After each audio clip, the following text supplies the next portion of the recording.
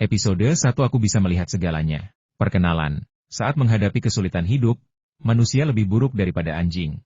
Begitu Tuhan membuka mata Anda dapat melihat melalui keburukan dunia dan melihat keindahan yang menakjubkan. Mayat wanita dalam peti mati batu giok, buku perunggu misterius, logam paduan kuno, rahasia apa yang tersembunyi di balik semuanya?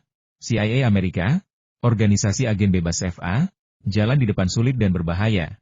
Tetapi itu tidak dapat menghentikan saya.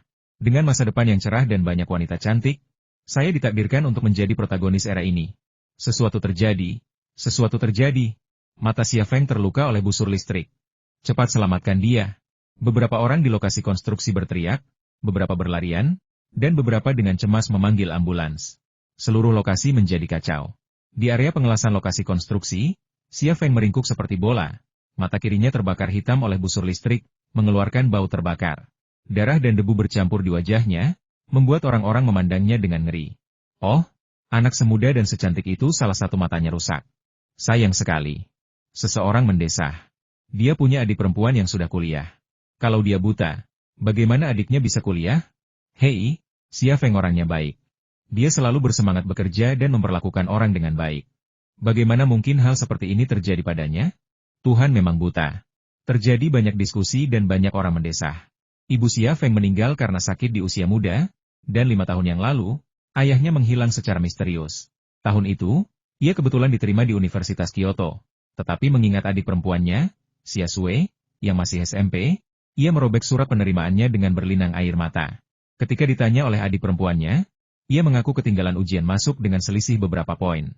Sejak itu, ia bekerja paruh waktu di lokasi konstruksi, melakukan apa saja untuk mendapatkan uang. Kini, adik perempuannya, Xia Sui, juga telah diterima di Universitas Kyoto, dan ia mengalami musibah seperti itu. Setelah mati rasa sesaat, rasa sakit yang hebat melandanya. Tubuh Xia Feng berkedut, lalu matanya menghitam dan ia pun pingsan. Seseorang memanggil namanya, tetapi ia tak lagi mendengar suaranya.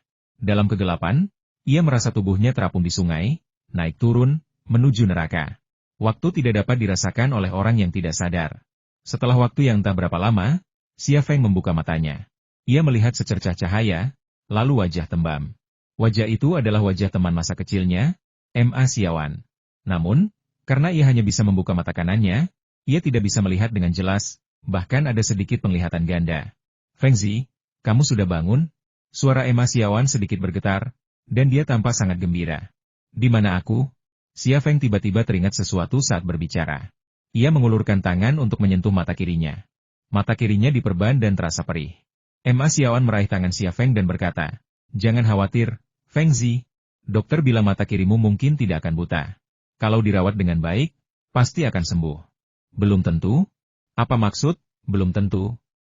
Xia Feng sangat cemas dan emosinya sedikit tak terkendali. Ma Xiaowan sepertinya ingin mengatakan sesuatu, tetapi ragu-ragu. Ia sepertinya tahu sesuatu, tetapi tidak berani mengatakannya dengan lantang. "Katakan padaku." Xia Feng menjadi semakin cemas. Pada saat ini, seorang pria paruhbaya masuk dari pintu. Ia agak gemuk, mengenakan setelan desainer dan perhiasan emas serta perak, tampak sangat kaya. Ia adalah pemilik perusahaan konstruksi, Chen Chuanhu. Melihat Chen Chuanhu masuk, Ma Xiaowan memberi ruang. Xia Feng berusaha keras untuk duduk dari tempat tidur dan menyapa. "Tuan Chen, ada apa denganmu?" Sebelum ia sempat menyelesaikan kata-katanya, Chen Chuanhu menyela. "Xia Feng, apa yang terjadi? Kau tidak hanya membakar mesin las, tapi juga sebuah transformator. Tahukah kau bahwa mesin las dan transformator menghabiskan biaya lebih dari 20.000 yuan? Dan itu belum semuanya. Pembangunannya tertunda. Siapa yang bertanggung jawab atas kerugian ini?" Kemarahan tiba-tiba melonjak di hati Xia Feng. Tadinya ia mengira Chen Chuanhu datang mengunjunginya, tetapi ia tidak menyangka orang ini datang untuk membalas dendam. Ma Xiaowan tak kuasa menahannya lagi dan berkata dengan marah, "Tuan Chen, apa maksudmu?" "Ah, temanku punya peluang 90% untuk buta sebelah mata, dan kau benar-benar mengatakan hal seperti itu? Apa kau manusia?" Kalimat ini bagaikan guntur yang meledak di kepala Xia Feng, dan dia benar-benar tercengang.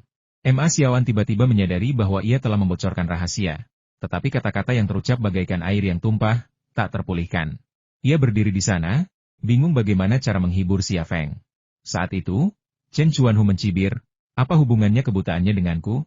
Apa kita punya kontrak kerja?" "Tidak, kan?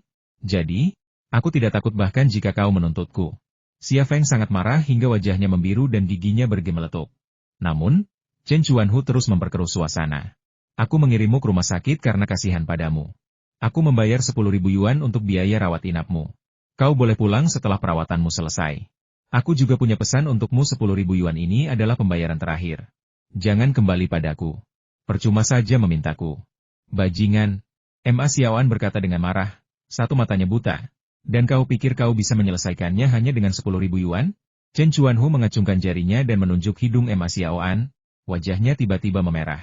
Jangan urus-urusanmu sendiri, nak. Kalau kau mau cari masalah, aku siap membantumu. Sialan, kenapa kau tidak tanya siapa aku? Chen Chuanhu, kalau kau cari masalah lagi, aku akan menghancurkanmu sebentar lagi. Pada saat ini, Xia Feng tiba-tiba mengambil cangkir air di meja samping tempat tidur dan membantingnya. Dengan bunyi gedebuk, kepala Chen Chuanhu tiba-tiba terbelah saat ia lengah. Darah merah mengalir deras, membasahi separuh wajahnya yang gemuk dalam sekejap mata. Sialan, beraninya kau memukulku. Chen Chuanhu sangat marah. Tiba-tiba, dua pemuda jangkung dan kurus menyerbu masuk dari pintu. Mereka bertato, beranting, dan bermata tajam. Sekilas, mereka jelas gangster. Pukul dia untukku, teriak Chen Chuanhu sambil menunjuk Xia Feng yang terbaring di ranjang rumah sakit. Kedua pemuda itu lalu bergegas maju. Ma Xiaoan berbalik dan melindungi Xia Feng di belakangnya. Kedua tinju pemuda itu mendarat dengan keras di kepala dan punggungnya.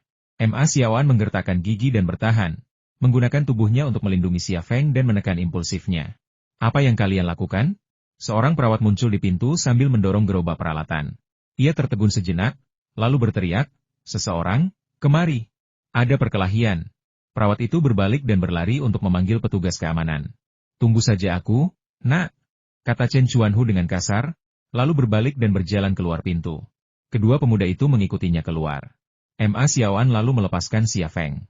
Kepalanya sudah terasa beberapa benjolan, dan ia meringis kesakitan. Kenapa kau menghalangiku? Emosi Xia Feng sedikit tak terkendali. Ia berteriak, aku ingin membunuhnya. Membunuhnya?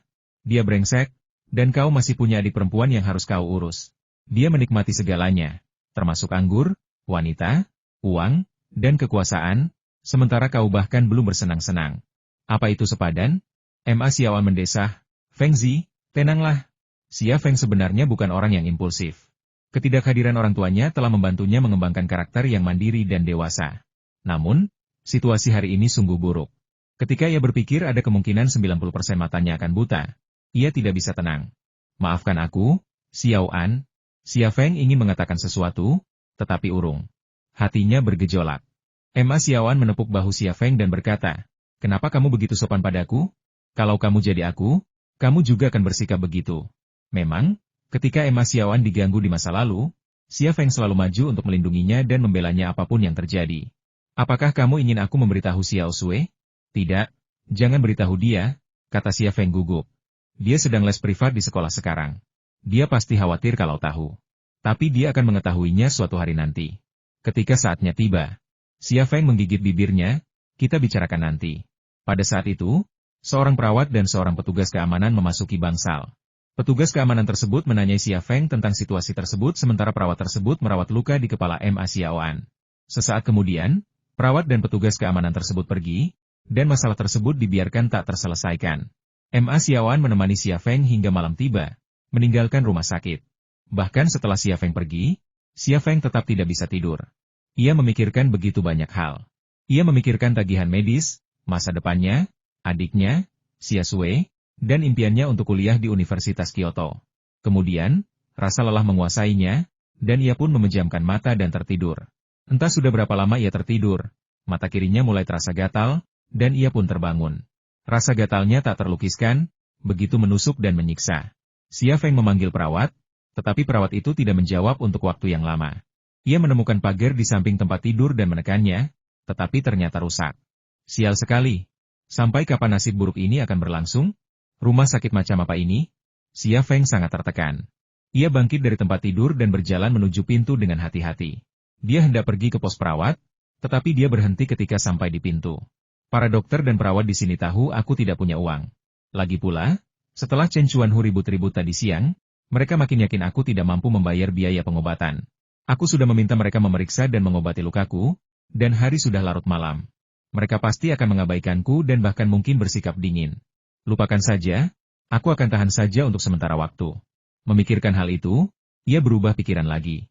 Pintu kamar mandi terbuka, dan Xia Feng melihat dirinya di cermin. Dia sebenarnya terlihat cukup tampan, dengan wajah yang halus dan penampilan yang tampan. Ditambah lagi tinggi badannya yang 175 cm dan ototnya yang kekar, dia menjadi salah satu pria kecil yang ceria dan tampan. Sayangnya, semua itu sepertinya akan segera hilang. Jika dia mengalami kebutaan di mata kirinya dan memiliki bekas luka besar di wajahnya, bukankah para wanita akan menghindarinya? Dirinya di cermin membuat Xia Feng merasa sedih. Rasa gatal yang tiba-tiba membuyarkan lamunan Xia Feng. Ia merenung dalam hati, gatal itu gejala penyembuhan luka. Tapi aku terluka di siang hari, jadi kenapa gatal di malam hari?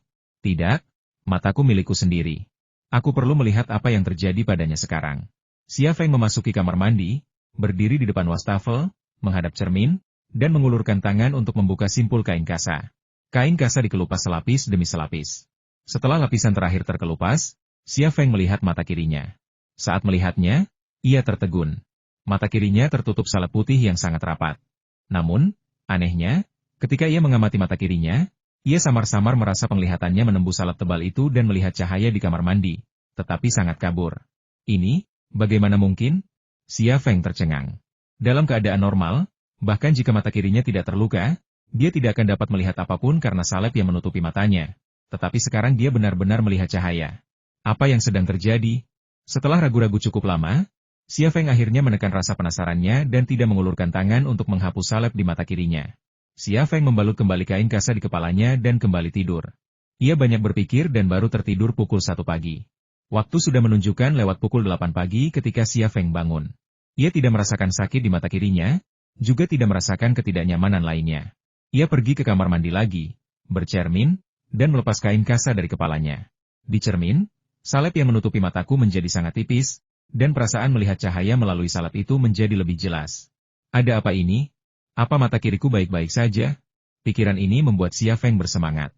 Ia tak kuasa menahan rasa ingin tahunya yang kuat. Ia dengan hati-hati menyeka salep di mata kirinya dengan kain kasa. Mata kirinya terasa sedikit sakit selama proses itu, tetapi tidak tertahankan. Setelah membersihkan salep, Xia Feng melihat cahaya memasuki matanya.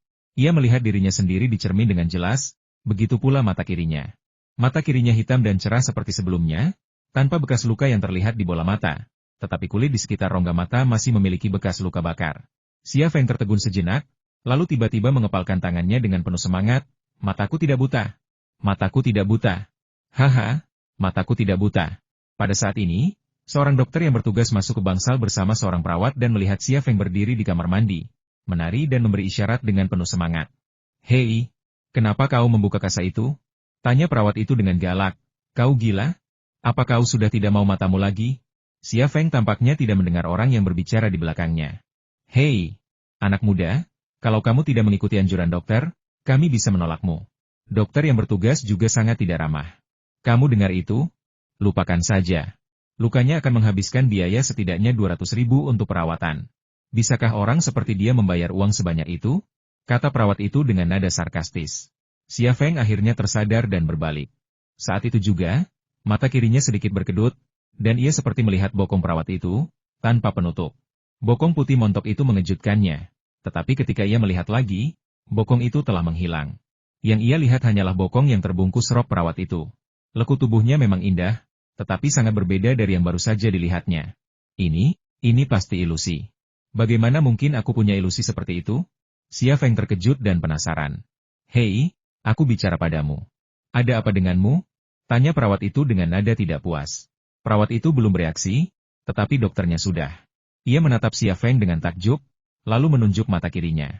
Ada apa dengan matamu? Perawat itu akhirnya bereaksi dan rahangnya ternganga ke tanah. Xia Feng menyeringai dan berkata, mataku sudah sembuh dengan sendirinya. Aku benar-benar tidak mampu membayar tagihan medis sebesar itu, jadi aku tidak akan tinggal di rumah sakit lagi. Aku ingin segera pulang. Para dokter dan perawat menatap Xia Feng seolah-olah ia monster.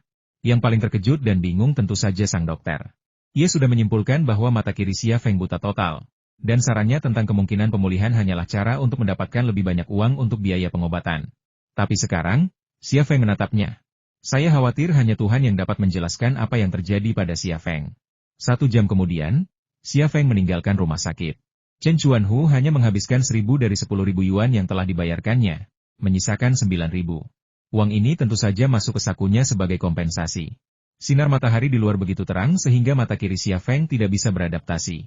Ia pun mengurungkan niatnya untuk mencari Emma Xiaoan dan memanggil taksi pulang. Rumah peninggalan orang tuanya tidaklah besar, hanya 75 meter persegi, dengan 3 kamar tidur dan 1 ruang tamu, masing-masing berukuran kecil. Tidak banyak perabot atau peralatan berharga, dan sebagian besar barang-barangnya sudah berumur belasan atau bahkan beberapa tahun, sangat usang. Namun, barang-barang tua ini selalu membawa kedamaian bagi Xia Feng, sekaligus membawa kenangan tentang orang tuanya. Setelah kembali ke rumah, tanpa sinar matahari yang kuat, mata kiri Xia Feng terasa lebih baik. Apa yang sebenarnya terjadi? Rasanya seperti mimpi aneh. Setelah tenang, Xia Feng mulai memikirkan pertanyaan ini lagi. Dia ingin mencari jawabannya, tetapi dia tidak punya petunjuk. Feng Zi, kamu di rumah? Suara seorang wanita terdengar dari lantai bawah. Pikiran Xia Feng langsung kembali ke kenyataan. Ia menjawab, lalu pergi ke balkon.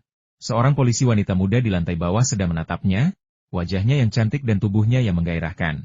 Lehernya yang rendah memperlihatkan belahan dada putihnya yang menggairahkan, sungguh memikat. Wanita ini, Jiang Rui, adalah seorang polisi wanita sipil yang tinggal di lantai bawah. Mereka bertetangga dan berteman sejak kecil, pernah bermain petak umpet di lumpur bersama. Hubungan mereka memang selalu baik. Aku Rui. Ada yang ingin kau bicarakan denganku? Xia Feng menyapanya sambil tersenyum. Bisakah kamu membantuku mengganti ember? Tanganku terluka dan aku tidak bisa memegangnya, kata Jiang Rui. Baiklah, aku akan segera turun. Xia Feng meninggalkan balkon. Setelah menuruni tangga, seberkas sinar matahari tiba-tiba menyinari mata kiri Xia Feng. Sensasinya seperti tertusuk jarum. Rasa sakit yang menyengat itu menggelapkan mata kirinya, dan ia tidak bisa melihat apapun. Jantung Xia Feng tiba-tiba berdebar kencang, tetapi sebelum ia sempat bergerak, mata kirinya tiba-tiba kembali normal. Pada saat ini, Jiang Rui, yang berdiri tak jauh darinya, tiba-tiba ditarik lebih dekat oleh mata kirinya. Pakaiannya tampak menutupi tubuhnya seperti kerudung transparan, sehingga pemandangan musim semi di balik pakaiannya terekspos tanpa penutup apapun. Dalam sekejap mata, bahkan lapisan kerudung transparan itu pun lenyap, dan ia berdiri telanjang bulat di hadapannya. Pinggang ramping dan bokong kencang, area dada menakjubkan, dan sesuatu yang membuat orang ingin mimisan.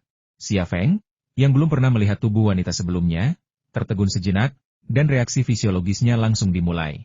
Xia Feng tiba-tiba teringat pernah melihat bokong perawat di rumah sakit. Itu bukan ilusi, itu nyata. Dulu hanya ilusi, tapi sekarang lebih kuat.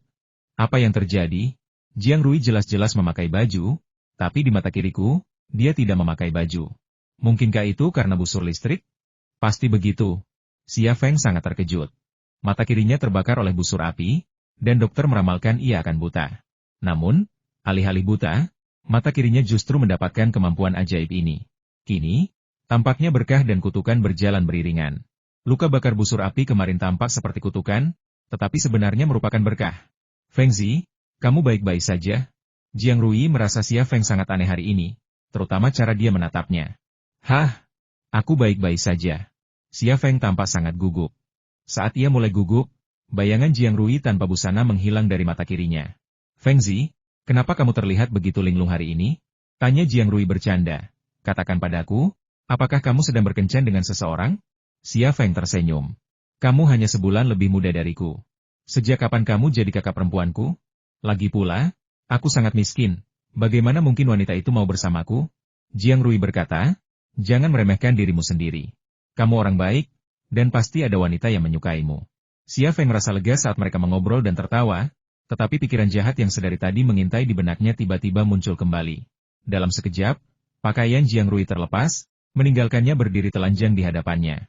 Kali ini, jaraknya semakin dekat, dan ia hampir mimisan. Meskipun hidungnya tidak mimisan, kain celananya terasa tegang. Setelah 2 kali berturut-turut mencoba melihat menembus sesuatu, Xia Feng akhirnya menemukan sebuah pola hasrat adalah saklar yang mengaktifkan kemampuan mata kirinya. Selama ia memiliki hasrat untuk melihat menembus target, mata kirinya akan mengaktifkan kemampuannya. Memasuki rumah Jiang Rui, Xia Feng membantunya mengganti ember di dispenser air. Anehnya, setelah ia membawa ember ke dispenser, kepalanya terasa pusing dan tubuhnya terasa kosong, lemas, dan tak bertenaga. Xia Feng berpikir dalam hati, tiba-tiba aku merasa lelah dan mengantuk, seolah-olah aku belum makan atau tidur selama 2 hari. Mungkinkah ini ada hubungannya dengan kemampuanku melihat tembus pandang? Sepertinya aku tidak bisa menggunakan kemampuan ini begitu saja. Aku perlu menahan diri. Fengzi, aku akan mentraktirmu minum. Jiang Rui berjalan mendekat dan menyerahkan sekaleng Pepsi kepada Xia Feng. Xia Feng menoleh untuk menatapnya, dan sebuah pemandangan aneh terjadi. Ia melihat Jiang Rui berbikini merah, dengan senyum lembut dan tatapan sekilas di matanya. Pesonanya bahkan lebih memikat daripada aktris utama dalam film romantis Jepang. Kamu? Xia Feng tertegun. Apa yang kau lakukan? Ambil saja Coca-Colanya. Jiang Rui menyerahkan Coca-Cola di tangannya kepada Xia Feng. Tatapan Xia Feng kembali beralih ke tangan Jiang Rui.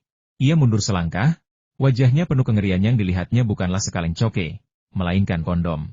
Bikini tipis, kondom warna-warni yang dibungkus jelas tidak nyata. Tetapi di mata Xia Feng, semuanya terasa nyata. Dan ia tak hanya melihat ilusi ini, tetapi pikirannya juga membayangkan sebuah adegan yang membuatnya tak bisa membedakan mana yang nyata dan mana yang palsu.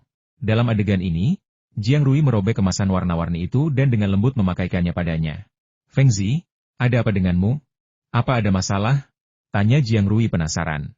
Suara Jiang Rui membangunkan Xia Feng. Ia menggelengkan kepalanya kuat-kuat, dan ilusinya pun lenyap. Namun, kakinya kembali lemas, dan ia tersandung lalu jatuh ke pelukan Jiang Rui. Dada Jiang Rui lembut dan harum, seperti lautan yang dapat menampung semua keinginan. Yang lebih parah, ketika ia jatuh ke pelukan orang lain, bibir Xia Feng masih menempel di pipi Jiang Rui. Wajahnya yang harum dan lembut terasa seperti kue krim vanila. Jiang Rui sangat gugup hingga wajahnya memerah. Tanpa sadar ia mundur selangkah, tetapi Xia Feng mencondongkan tubuh ke depan bersamanya, dan sensasi bibir sialan itu semakin kuat. Fengzi, apa yang kau lakukan? Jiang Rui merasa kesal, panik, dan kakinya terasa sedikit lemas. Xia Feng buru-buru bangkit dari pelukan Jiang Rui, wajahnya memerah karena malu. Maaf aku tersandung. Kau sengaja melakukannya, kan, Fengzi? Jiang Rui memelototi Xia Feng. Matanya dipenuhi genit dan amarah. Xia Feng buru-buru mundur dan berkata dengan canggung, tidak, aku tidak bermaksud begitu. Maaf. Dia sebenarnya tahu betul dalam benaknya bahwa menggunakan kemampuan clairvoyance akan menghabiskan banyak energi mental. Itulah sebabnya dia mengalami halusinasi aneh tadi. Fengzi, kamu bertingkah aneh hari ini. Jiang Rui tidak puas dengan penjelasan Xia Feng. Rui, kalau tidak ada yang lain, aku akan kembali. Kalau begitu, panggil saja aku lain kali kalau kamu perlu mengganti ember. Xia Feng tidak berani tinggal lebih lama lagi dan berbalik untuk pergi. Terima kasih, Fengzi. Jiang Rui melihat Xia Feng keluar. Xia Feng tersenyum dan berkata, kembalilah. Tidak perlu mengantarku. Kita sudah berteman selama lebih dari 20 tahun. Kenapa kau begitu sopan? Senyum tipis tersungging di bibir Jiang Rui. Bolehkah aku berpura-pura sopan padamu? Lagi pula, aku sudah lama ingin menasihatimu. Carilah pekerjaan yang layak. Jangan bekerja di lokasi konstruksi. Itu bukan hal jangka panjang. Xia Feng tersenyum pahit, mengangguk, dan berbalik untuk pergi. Siapa yang tidak menginginkan kehidupan yang lebih baik? Tinggal di rumah yang nyaman, mengendarai mobil mewah, terlihat terhormat kemanapun pergi, dihormati dan tidak dipandang rendah? Semua ini membutuhkan uang, dan yang paling kurang bagi Xia Feng adalah uang. Chen Chuanhu membayar 10.000 yuan untuk biaya pengobatan, dan saya hanya punya 9.000 yuan setelah keluar dari rumah sakit lebih awal. Uang ini cukup untuk membayar biaya kuliah adik saya, tetapi dia akan kuliah di Kyoto, dan dia membutuhkan biaya akomodasi dan biaya hidup yang akan jauh lebih mahal. Jadi saya harus menyiapkan 20.000 yuan untuknya. Saya masih membutuhkan 11.000 yuan. Apa yang harus saya lakukan? Xia Feng merasa pusing memikirkan uang. Sebelum ia menyadarinya, Xia Feng keluar dari komunitas. Matahari menyinarinya. Mobil-mobil berlalu lalang di jalanan kota Haizu, dan orang-orang asing berlalu lalang. Suasananya begitu tergesa-gesa. Ngomong-ngomong, sekarang aku sudah punya kemampuan penglihatan sinar X, apa aku masih perlu bekerja di lokasi konstruksi? Kenapa aku tidak memanfaatkan kemampuanku untuk menghasilkan uang? Aku dan adikku pasti akan hidup lebih baik. Memikirkan hal ini, Xia Feng tak kuasa menahan diri untuk tidak menatap ke arah Makau di selatan kota Haizu. Ia sudah punya rencana yang sangat berani. Angin laut sore hari membawa sentuhan kesejukan di kota Haizu. Apa? Xia Feng sudah keluar dari rumah sakit? Ma Xiaoan, yang datang menjenguk Xia Feng di pos perawat rumah sakit, sangat terkejut hingga tak bisa menutup mulutnya. Matanya baik-baik saja, dan rumah sakit kami kekurangan tempat tidur, jadi kami memulangkannya, kata perawat itu. Apakah matanya baik-baik saja? Ma Xiaoan sudah sangat terkejut. Ada apa denganmu? Perawat itu tampak kesal dan berkata dengan tidak sabar. Kalau ada pertanyaan, tanyakan saja langsung padanya. Saya masih ada urusan lain di sini. Tolong jangan tunda pekerjaan saya. Maaf. Ma Xiaoan berbalik dan pergi. Ia mengeluarkan ponselnya dan menelepon Xia Feng, tetapi ponsel Xia Feng tidak aktif. Ma Xiaoan berhenti di pintu lift dan bertanya dengan bingung. Apa yang dilakukan anak ini? Pintu lift tiba-tiba terbuka, dan Chen Chuanhu beserta beberapa pemuda keluar dari lift. Melihat Chen Chuanhu, Ma Xiaoan langsung gugup. Ia berbalik dan ingin pergi. Tetapi para pemuda yang dibawa Chen Chuanhu mengikuti dan mengepungnya. Apa yang ingin kau lakukan? Suara Ma Xiaoan sedikit bergetar. Apa? Chen Chuanhu mencibir. Sialan. Kau dan si Xia Feng itu akhirnya menipuku. Aku baru saja menelepon dokter, dan dia bilang mata Xia Feng baik-baik saja dan dia sudah diperbolehkan pulang. Dia tidak hanya membakar mesin las dan transformatorku, dia juga memeras 10.000 yuan untuk biaya pengobatan. Kau pikir aku akan berbuat apa? Ini salah paham, kata Ma Xiaoan dengan wajah kaku. Kau salah paham pada ibumu, kata Chen Chuanhu dengan marah, pukul saja bocah ini dulu, lalu bawa dia mencari Xia Feng. Aku tidak percaya dia bisa bersembunyi di langit. Beberapa pemuda menyerbu dan menghajar Ma Xiaoan dengan pukulan dan tendangan. Para pemuda ini begitu kejam dan menjatuhkan Ma Xiaoan hanya dalam beberapa pukulan. Tetapi mereka tetap tak mau berhenti. Mereka mengepung Ma Xiaoan dan menendangnya dengan keras. Ma Xiaoan memeluk kepalanya dan meringkuk. Ada suara di hatinya, Feng Zi, lari cepat, jangan di rumah saja. Xia Feng tidak bisa melihat pemandangan ini. Tepat ketika Ma Xiaoan meratap, ia baru saja masuk ke lobi kasino Macau Lisboa. Kota Haizu dan Macau dipisahkan oleh perairan, sehingga perjalanan dari Zhuhai ke Macau sangat nyaman. Tanpa izin perjalanan dengan kapal hitam hanya dikenakan biaya 200 yuan. Xia Feng datang dengan kapal hitam kali ini, dan ia tidak ingin ada yang tahu bahwa ia sedang berada di Macau, jadi ia mematikan ponselnya sebelum pergi. Datang ke kasino Macau merupakan cara tercepat untuk menguangkan kewaskitaan Anda. Xia Feng menukar chip senilai 8.000 yuan di meja depan, lalu pergi ke meja blackjack. Di meja judi, seorang wanita bergaun malam hitam sedang bermain kartu. Pinggul dan pinggangnya sangat indah. Ia memiliki aura yang dingin dan elegan, seksi dan cantik, namun tetap tak tergoda. Xia Feng tak berani menatap, takut ia akan tergoda untuk mengintipnya dan menyia-nyiakan kesempatannya untuk menghasilkan uang.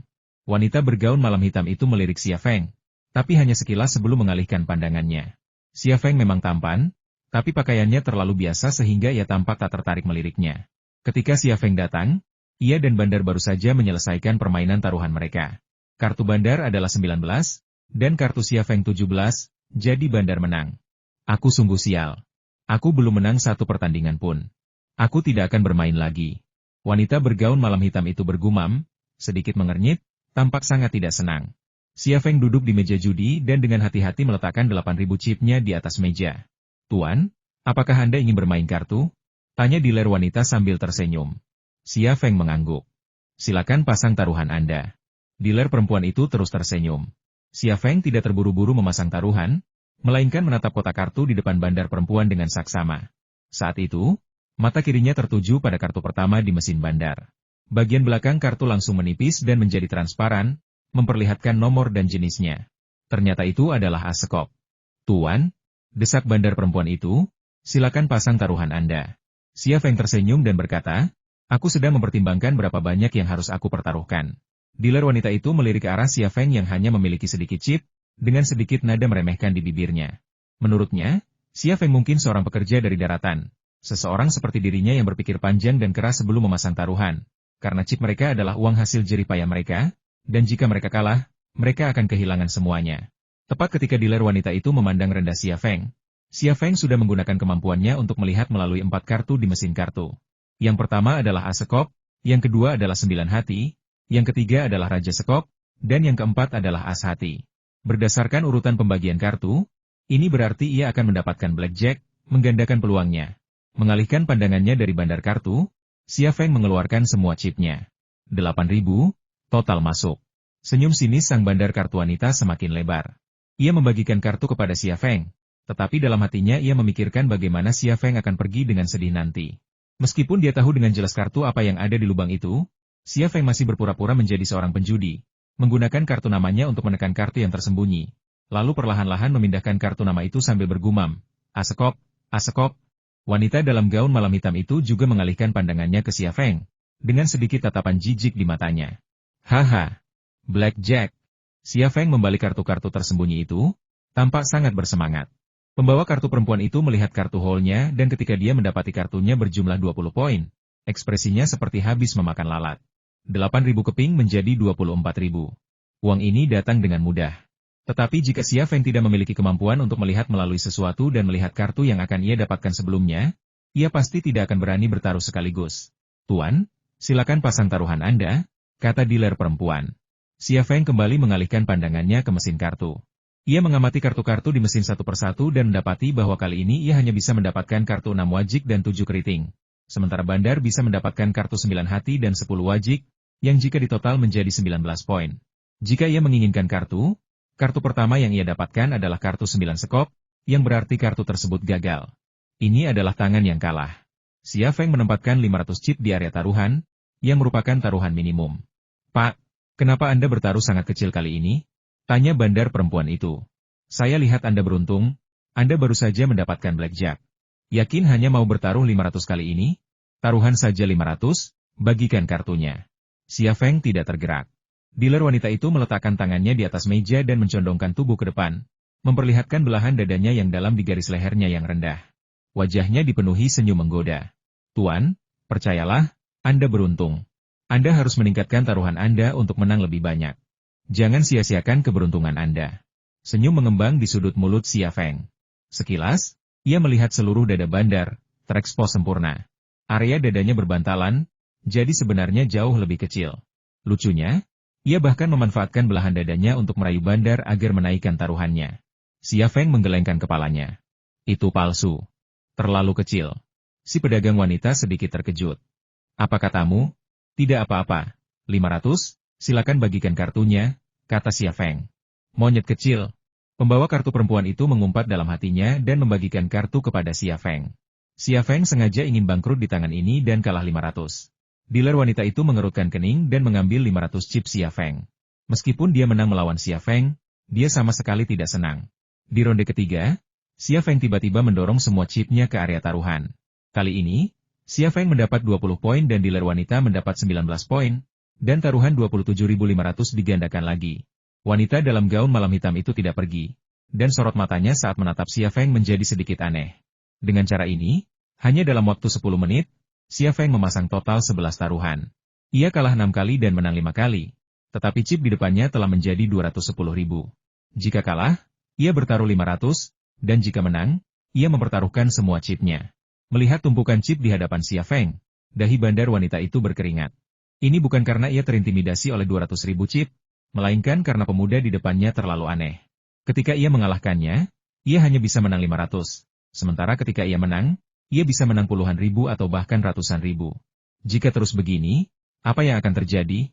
Tepat ketika Bandar perempuan hendak membunyikan bel untuk mengundang ahli kasino bermain, Xia Feng berdiri dari meja dan berkata, keberuntunganku sedang kurang baik hari ini. Lupakan saja, aku tidak akan berjudi lagi. Dealer wanita itu memelototi Xia Feng. Tamparan di wajahnya terasa sangat menyakitkan. Bukannya Xia Feng tidak ingin menang lebih banyak, tetapi setelah lebih dari 10 menit, ia kelelahan dan tidak dapat menggunakan kemampuan clairvoyance-nya. Alasan lainnya adalah ia tahu bahwa meskipun uang sebanyak ini mudah didapat, ia tidak boleh terlalu serakah. Jika ia menang 200.000, kasino tidak akan peduli sama sekali. Tetapi jika ia menang ratusan juta, orang-orang pasti akan memperhatikannya. 200.000 sudah cukup untuk membayar uang sekolah Xia Sui. Xia Feng sangat senang ketika memikirkan hal ini. Setelah menukar chip, Xia Feng langsung menyetorkan uang ke dalam dua kartu, satu berisi 180.000 yuan dan lainnya berisi 30.000 yuan. Saat keluar dari kasino Grand Lisboa, angin laut yang sejuk menerpa pipinya, dan pikirannya akhirnya sedikit jernih. Tadi, saat taruhan terakhir dengan Bandar perempuan, ia benar-benar berhalusinasi. Bandar perempuan itu jelas-jelas telah membagikan kartu kepadanya, tetapi yang ia lihat hanyalah pantulan, dan itu pun berwarna merah muda. Untungnya, ilusi ini tidak bertahan lama dan menghilang dengan cepat. Xia Feng menuruni tangga, berniat memanggil mobil ke pelabuhan lalu naik perahu kembali ke kota Haizu. Seorang wanita juga menuruni tangga dan berdiri di pinggir jalan, juga menunggu mobil. Ia tinggi, dan dengan sepatu hak tingginya, ia hampir setinggi Xia Feng. Ia tidak terlihat kurus untuk ukuran orang setinggi dirinya. Tubuhnya montok dan indah. Xia Feng mengamatinya lebih dekat dan tiba-tiba menyadari bahwa wanita ini adalah orang yang telah mengawasinya dan Bandar berjudi di meja judi. Mungkinkah dia mengincarku setelah melihatku menang 200.000? Xia Feng tiba-tiba berpikir. Namun, ketika melihat tas LV tersampir di bahu wanita itu, ia langsung menepis pikiran konyol itu. Setiap tas wanita ini harganya puluhan ribu. Apakah dia tertarik dengan 200.000 miliknya? Wanita itu tidak mengatakan apa-apa, dan bahkan tidak memandang Xia Feng. Dia sangat dingin dan sombong. Aku penasaran pria seperti apa yang bisa tahan dengannya, pikir Xia Feng dalam hati. Pada saat yang tak terduga ini, tatapan Xia Feng tiba-tiba beralih ke atap gedung di seberang jalan. Tatapannya membeku dan ia tak bisa bergerak. Seorang pria bertopi baseball tergeletak di tepi atap gedung. Ada senapan runduk di depannya, dan ia membidik wanita bergaun malam hitam di sebelah Xia Feng. Hati-hati. Xia Feng memeluk pinggang wanita itu dan berguling ke tanah bersamanya. Begitu keduanya jatuh ke tanah, sebutir peluru mengenai tempat wanita itu berdiri. Percikan api berterbangan di mana-mana. Saat Xia Feng menjepit wanita itu, ia ingin menamparnya. Namun, sebelum tamparannya mengenai wajah Xia Feng, percikan api dari peluru yang mengenai lantai beton memasuki pandangannya. Saat itu, ia seolah mengerti apa yang sedang terjadi. Ia tiba-tiba membuka kakinya dan melingkarkannya di pinggang Xia Feng. Lalu tiba-tiba jungkir balik, sehingga ia berada di atas dan Xia Feng di bawah. Pria itu di bawah, wanita di atas. Kaki indah seputih salju wanita itu terekspos dari balik roknya, dengan sedikit rendah hitam di bawahnya.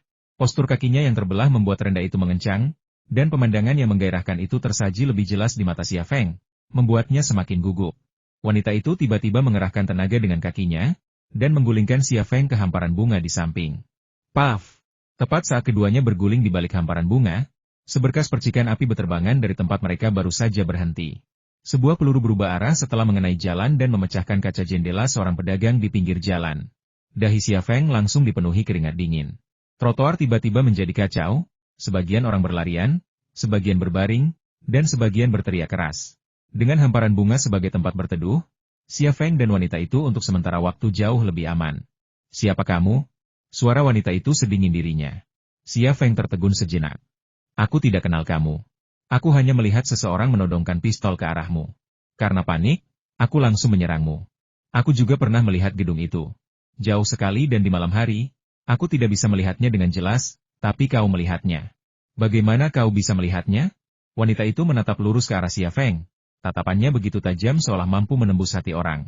Kemampuan Xia Feng untuk menemukan penembak jitu di atap gedung seberang tentu saja berkat kemampuan mata kirinya untuk melihat menembus orang dan benda. Mata kirinya tidak hanya mampu melihat menembus orang dan benda, tetapi juga mendekatkan benda yang jauh, sehingga ia dapat melihat mereka dengan lebih jelas. Bahkan, ia tidak hanya melihat penembak jitu itu, tetapi jika penembak jitu itu tidak menutupi sebagian besar wajahnya dengan topi baseball, ia bahkan bisa melihat wajahnya. Jawab pertanyaanku. Suara wanita itu menjadi lebih tegas. Kemampuan mata kirinya adalah rahasia, dan Xia Feng tentu saja tidak akan memberitahu wanita di hadapannya. Sikap wanita itu sudah membuatnya tidak nyaman. Aku melihatnya, lalu kenapa? Itu hanya kebetulan. Apa yang aneh tentang itu? Lagi pula, apa kau berencana untuk terus-menerus menunggangiku? Wanita itu kemudian menyadari bahwa ia telah menunggangi tubuh Xia Feng. Wajahnya hampir menyentuh tubuh Xia Feng. Ia dengan canggung turun dari tubuh Xia Feng, tetapi tidak berani memperlihatkan kepalanya. Ia hanya berbaring di sampingnya. Ia juga mengingatkan Xia Feng, berbaringlah dan jangan bergerak. Xia Feng tidak bergerak. Ia tidak ingin merasakan sensasi ditembak di kepala. Ia juga mulai menyesali tindakan penyelamatannya yang impulsif. Ia bahkan tidak tahu namanya. Jika penembak jitu itu mengira ia bersekongkol dengannya, bukankah itu akan menjadi bencana? Terima kasih telah menyelamatkanku tadi. Wanita itu mengulurkan tangan kepada Xia Feng. Namaku Long Bing. Tepat ketika ia mengira ia bahkan tidak tahu namanya, Long Bing memperkenalkan dirinya. Xia Feng merasa sedikit lega. Ia mengulurkan tangan dan menjabat tangan Long Bing. Namaku Xia Feng. Asalmu dari mana? Xia Feng ragu sejenak sebelum berkata, Kota Haizu, bagaimana denganmu? Sebenarnya, aku tahu dia dari Tiongkok daratan saat aku berada di kasino tadi, kata Long Bing, aku dari Kyoto. Mengapa penembak jitu itu ingin membunuhmu? Xia Feng menatapnya. Ia benar-benar ingin tahu. Long Bing sedikit mengernyit, kamu tidak perlu tahu ini. Pada saat itu, beberapa mobil polisi datang meraung-raung, dan sirene melengking datang dari jauh, dan suaranya membuat orang-orang gelisah. Dia sudah pergi, kata Long Bing tiba-tiba. Bagaimana kau tahu? Xia Feng sedikit ragu. Ia semakin penasaran dengan identitas Long Bing. Tidak ada alasan, itu hanya pengalaman, kata Long Bing. Xia Feng merangkak maju 2 meter, dengan hati-hati menjulurkan setengah kepalanya dari sisi hamparan bunga, dan melirik atap gedung di seberang. Penembak jitu itu sudah tidak ada lagi. Ia tidak tahu kapan ia pergi. Apakah kamu percaya padaku sekarang? Long Bing bangkit dari tanah dan membersihkan debu yang menempel di gaun malamnya. Apa sebenarnya yang kau lakukan? Xia Feng tahu betul bahwa wanita di depannya bukanlah wanita biasa. Sederhana saja. Ia tahu bahwa penembak jitu itu telah pergi berdasarkan pengalamannya. Jika ia wanita biasa, mungkinkah ia memiliki pengalaman dan kepercayaan diri seperti itu? Long Bing berkata, kau akan tahu nanti kalau ada kesempatan. Sekarang cepat pergi. Kau tidak punya izin, dan kau akan mendapat masalah kalau tertangkap. Xia Feng sangat terkejut dan berpikir dalam hati.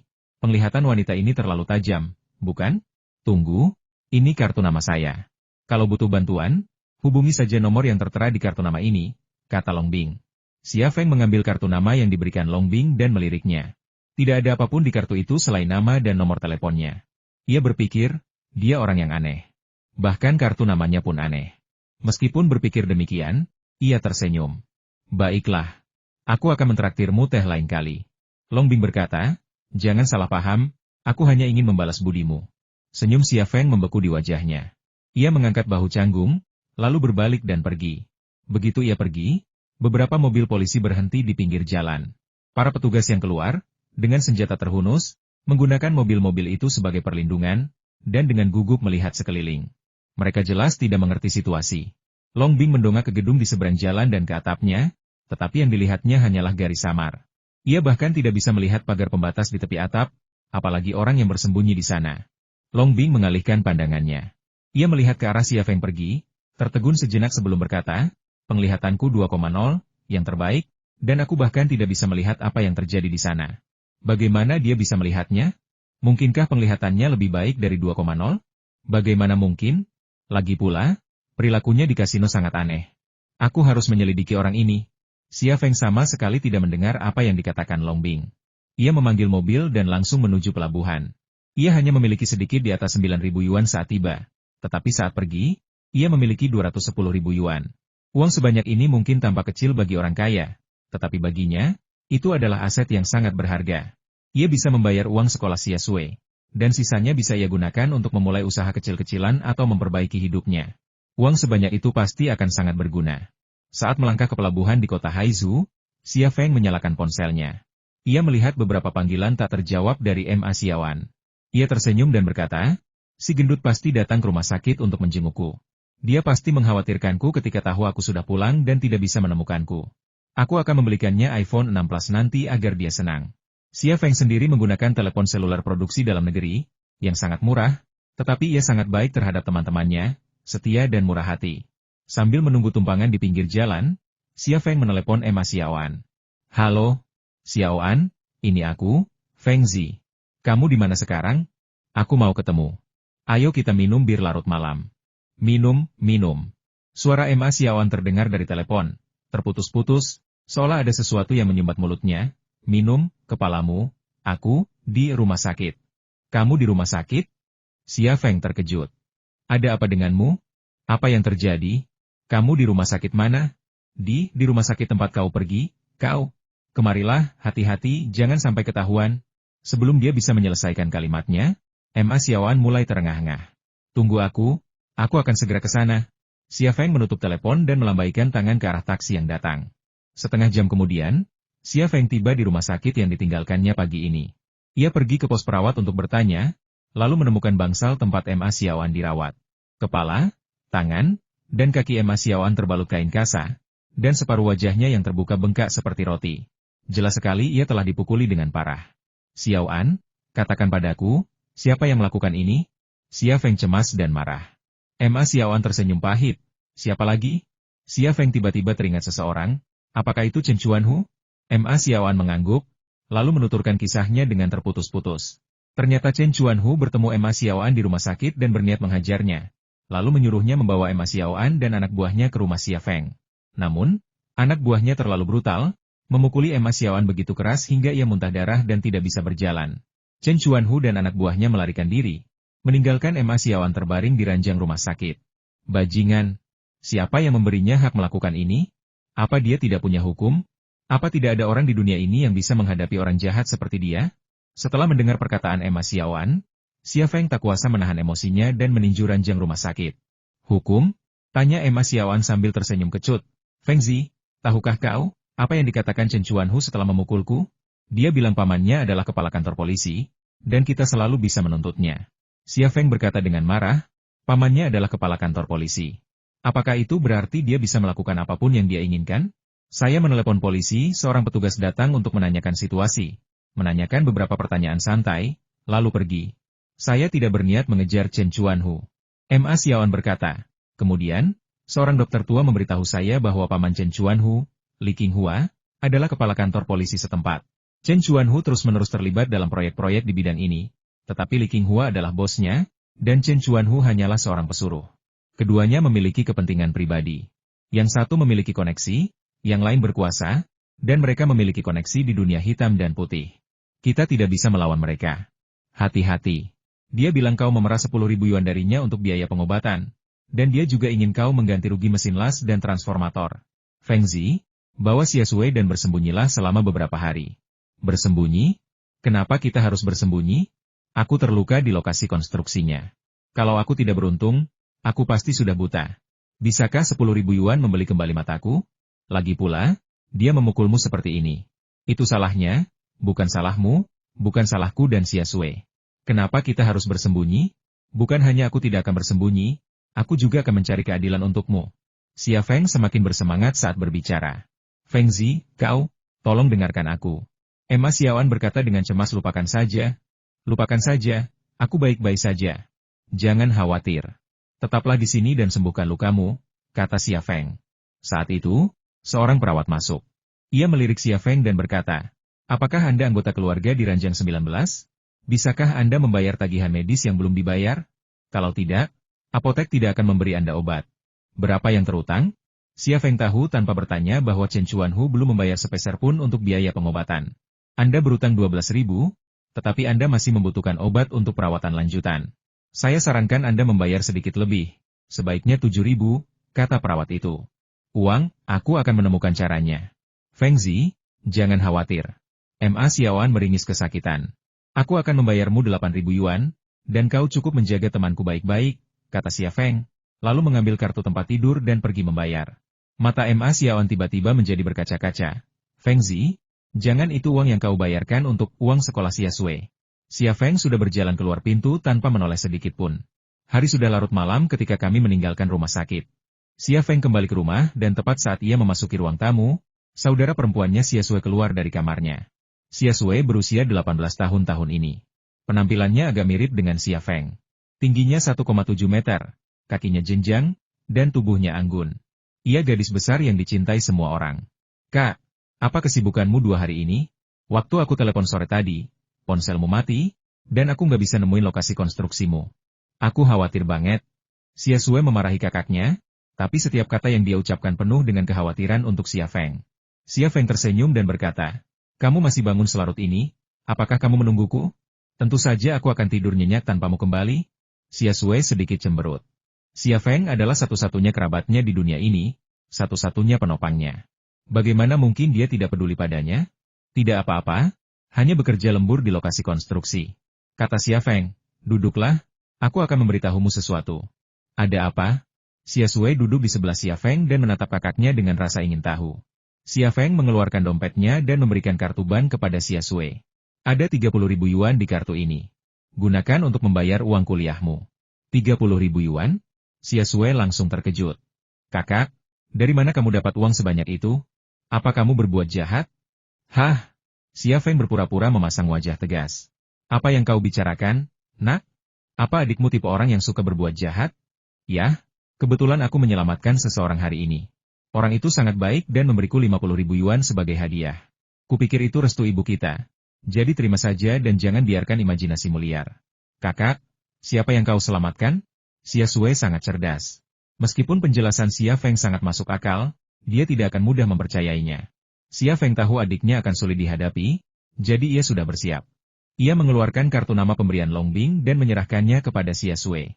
Ini kartu namanya. Dia dari Kyoto. Kalau ada masalah di sana, hubungi dia. Xia Sui akhirnya percaya pada perkataan Xia Feng. Ia menghela napas lega lalu tertawa kecil lagi. Kak, dia perempuan. Cantik, ya? Wajah Longbing yang dingin dan cantik tiba-tiba terlintas di benak Xia Feng. Ia berkata dengan santai, cantik? Sangat cantik. Oh, itu sudah pujian.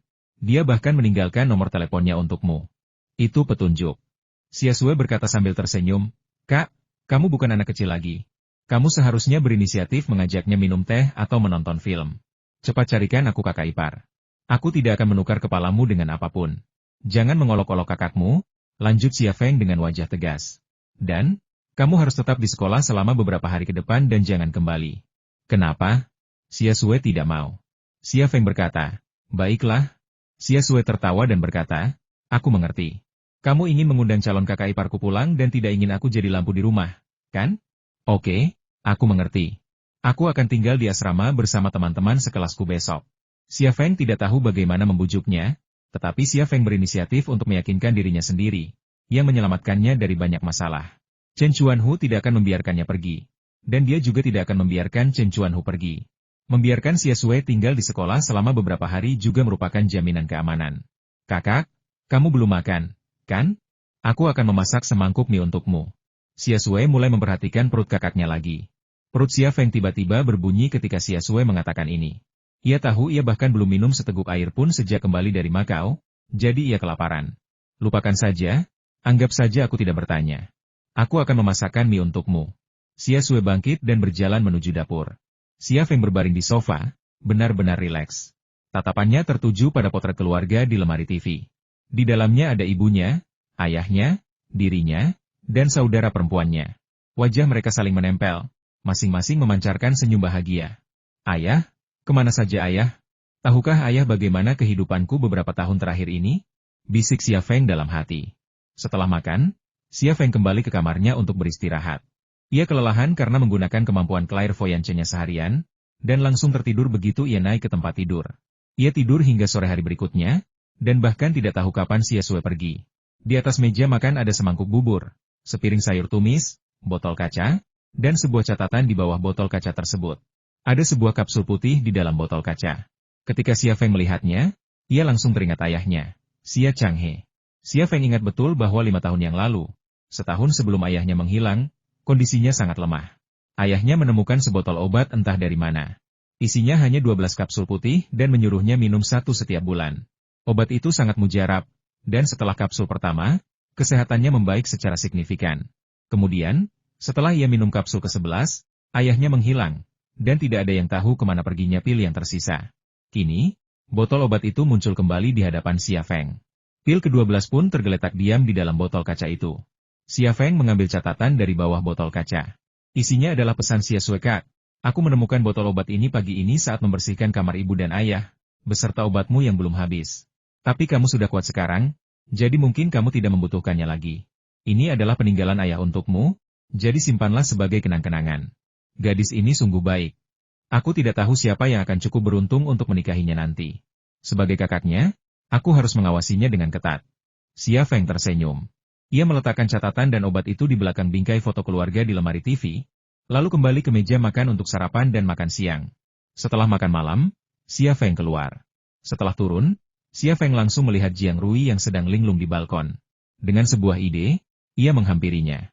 Jiang Rui bahkan tidak melihat Xia Feng. Ia memegangi pipinya dan menatap cangkir di atas meja.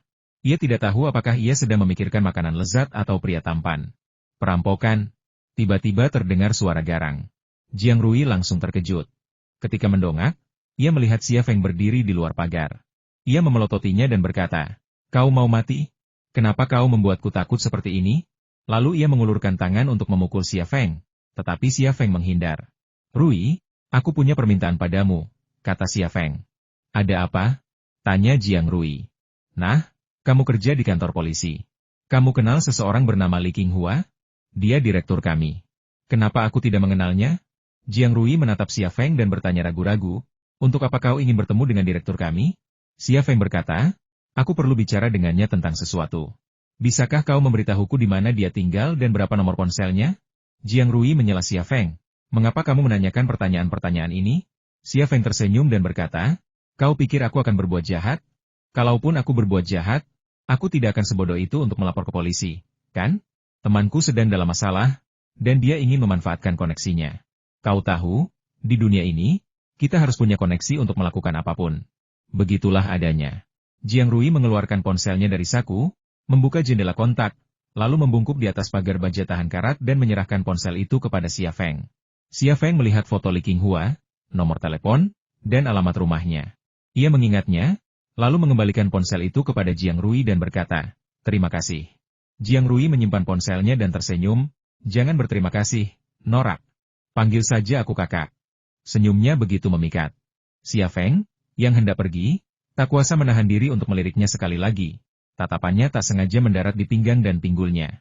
Tiba-tiba, hasratnya untuk melihat menembus permukaannya menggebu-gebu. Rok dan kaos seragam Jiang Rui tiba-tiba berubah menjadi gumpalan kain kasat tipis yang nyaris tak terlihat, lenyap dalam sekejap. Kecantikan tersembunyi Jiang Rui kini terekspos di hadapannya area dadanya, pinggulnya, kakinya yang jenjang dan indah, semuanya begitu putih dan lembut. Detak jantungnya semakin cepat, dan napasnya semakin cepat. Aku benar-benar seharusnya tidak melakukan itu. Xia Feng menggelengkan kepalanya kuat-kuat, lalu menepuk-nepuk dirinya sendiri pelan untuk mengusir pikiran-pikiran buruk di kepalanya. "Apa yang sedang kamu lakukan?" Jiang Rui menatap Xia Feng dengan rasa ingin tahu. Bukan apa-apa." Xia Feng sangat malu, tetapi di tengah kepanikannya, sebuah inspirasi muncul. Ia berkata, "Itu nyamuk. Aku akan membunuhnya." Tepat pada saat itu, seekor nyamuk benar-benar hinggap di pinggang Jiang Rui. Mungkin untuk membuktikan kebohongannya, atau mungkin untuk mencegah Jiang Rui digigit, Xia Feng menepuk pinggangnya dengan lambaian tangannya. Terdengar bunyi klik yang tajam, dan pinggangnya sedikit bergetar, begitu pula area dadanya yang montok. Jiang Rui tertegun, wajahnya memerah. Ia menatap Xia Feng, mulutnya terbuka, tetapi untuk beberapa saat, tak ada kata yang terucap. Xia Feng mengulurkan tangan yang tadinya digunakan untuk memukul seseorang di hadapan Jiang Rui, membuka telapak tangannya, dan memperlihatkan seekor nyamuk yang sudah gepeng. Jiang Rui melotot ke arah Xia Feng karena malu. Xia Feng menjelaskan dengan canggung, "Itu hanya seekor nyamuk. Tidak apa-apa. Aku sudah membunuhnya." Saat itu, seekor nyamuk lain terbang melewati mata Jiang Rui, perlahan hinggap di pantatnya. Jiang Rui menatap nyamuk itu, lalu menatap Xia Feng. Ia tidak berkata apa-apa, tetapi tatapannya yang sedikit tajam seolah menyampaikan pesan tidak suka memukul nyamuk. "Ada nyamuk lagi, berani memukulnya? Kalau berani, aku remukan kau sampai mati." Xia Feng mengangkat tangannya, tetapi akhirnya tidak menurunkannya. Ia hanya melambaikannya untuk mengusir nyamuk itu. Dia masih bisa menepuk nyamuk di pinggangnya, tapi dia tidak berani menepuk nyamuk di pantatnya. Bagian itu terlalu sensitif. Memang benar, tapi apa masalahnya kalau dia, seorang pria, menampar pantat wanita? "Baiklah, aku pergi. Sampai jumpa." Xia Feng tidak berani tinggal lebih lama lagi dan bersiap untuk pergi. Jiang Rui berkata, "Direktur Li suka minum teh di kedai teh Jushanyuan. Favoritnya adalah teh Oolong Dongbing Taiwan. Katakan pada temanmu, kalau kamu butuh bantuan Direktur Li, sebaiknya beli teh oolong yang bagus. Kebetulan hari ini akhir pekan, jadi kamu bisa minta temanmu ke sana untuk mencarinya. Dia pasti bisa menemukannya." "Baiklah, aku akan mengingatnya." Xia Feng melambaikan tangannya dan pergi. "Kau belum memanggilku kakak. Apa kau mau bersikap tak tahu malu?" Suara Jiang Rui terdengar dari belakang. "Kakak." Xia Feng tersenyum pahit dan mempercepat langkahnya. "Ingat, teh oolong." Suara Jiang Rui masih terdengar. Xia Feng diam-diam berpikir, "Teh oolong? Untuk sampah seperti Li Qinghua, sekalian saja aku suruh dia minum air seni." Sebelum gelap gulita, rumah teh Jushanyuan, yang terletak di sebelah kompleks perumahan mewah, sudah terang benderang. Lampu-lampu itu merupakan tiruan lentera istana kuno, dan berpadu dengan halaman dan pavilion yang unik. Tempat itu, di bawah langit malam, menyerupai istana kerajaan kuno, memancarkan aura kemegahan. Tempat-tempat seperti itu bukanlah tempat yang bisa dikunjungi orang biasa dan menghabiskan uang. Sebuah taksi berhenti di pinggir jalan, pintunya terbuka, dan Xia Feng, mengenakan setelan rapi, keluar dari taksi. Dengan tinggi badan 1,8 meter, tubuh ramping dan kuat, garis-garis proporsional, dan wajah cerah dan tampan, dia sekarang tampak seperti seorang elit tempat kerja dengan temperamen yang luar biasa. Xia Feng berjalan memasuki gerbang Taman Jushan.